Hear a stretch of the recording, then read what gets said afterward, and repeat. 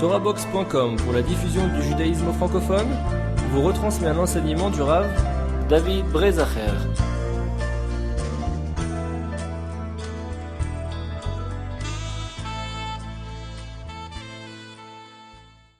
Tout au début de la paracha, on va parler de ce que Yaakov a demandé de son fils Yosef, c'est-à-dire de le transporter après sa mort d'Égypte pour l'enterrer dans Marat HaMachpelah, dans le caveau des patriarches et des matriarches en Eretz Israël.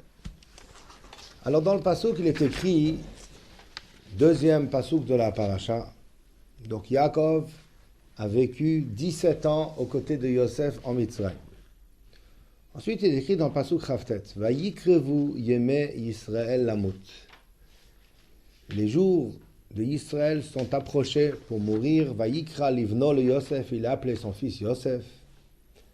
Vayomer lo, il lui a dit, Imna matzati chen beinecha, si j'ai trouvé grâce à tes yeux, Simna yadcha tachat yerechi, je t'en supplie, place ta main sous ma hanche, comme Abraham l'avait fait faire à Eliezer pour l'assermenter. Yaakov le fait à son fils Yosef. Vasita, il m'a dit, chesed ve'emes, tu feras avec moi un véritable chesed ou une bonté qui soit authentique.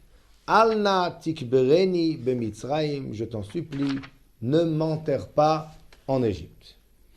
Veshachavti imamotai, et lorsque je reposerai avec mes pères, comme ça traduit Rashi, c'est-à-dire que ma neshama retrouvera celle de mes ancêtres, à ce moment-là, unsatani mimitzraim, tu me transporteras d'Égypte, ou kvartani bikvuratam, et tu m'enterreras dans leur sépulture.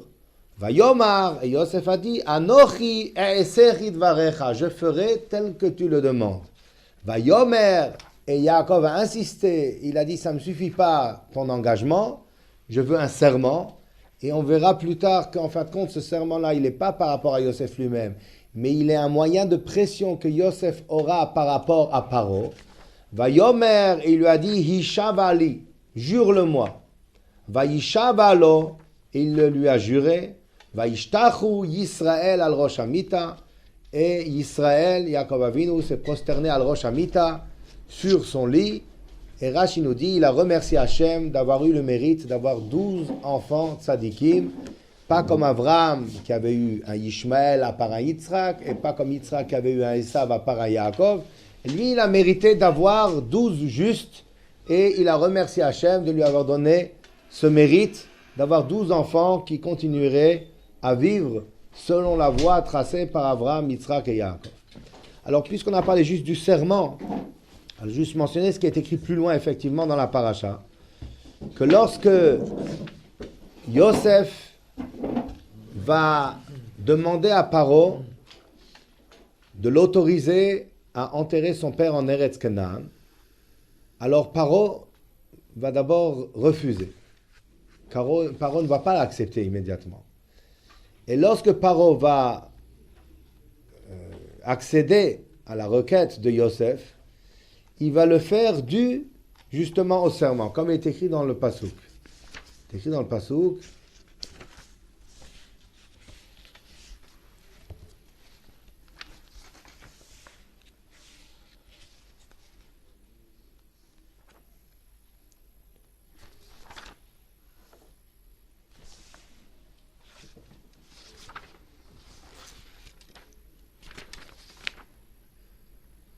Alors, il est écrit dans le passouk, Perek Nun passouk Dalet. Pas tellement noir. Nun dans Vayechi, passouk Dalet. Dalet. Perek Nun passouk Dalet.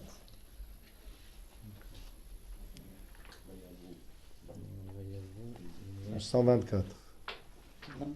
Non, pas pour moi. Bien sûr.